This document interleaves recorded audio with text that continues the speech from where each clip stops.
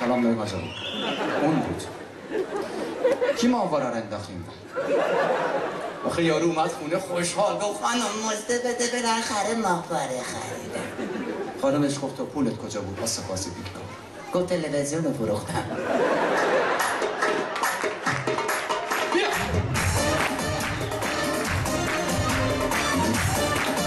عربی هم دوست داری؟ آقای کارزان خیلی خوش آمدید. میکروفون بهش برسونید. اکسیژن. آقای کاردان شما در واقع کارشناسی نه کاردان. آقای کاردان جان دوست دارم. میدونم بابا عزیزم اظهار علاقه میکنم شما همه چی شوخی گرفتیم. آقای کاردان امشب چقدر زیبا شدی. همطور یه بری که نگاه میکنه شبیه یوزان سیف میشه.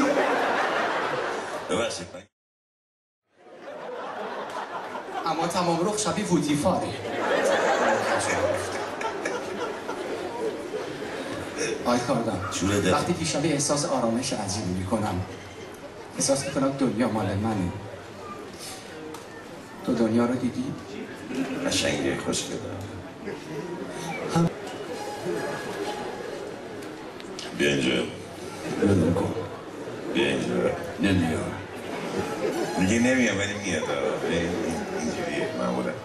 ببین یه تیکه افغانی داریم اونو اجرا کن من خوشم میاد. افغانی ها رو دوست داری؟ افغانی هم تو رو دوست داری. من نمیخوام آره من دوست داشته باشم اون تیکه‌ای که شما افغانی اما هیچ افغانی به اندازه من تو رو دوست نداره. از افغانی هستی؟ بله افتخار میکنم. تو هم کابلی هستی. جای کابلشم رو گردنت مونده. آقای کاردان جون دارم شما اگه صحبت خاصی نداری با برنامه رو شروع کنیم.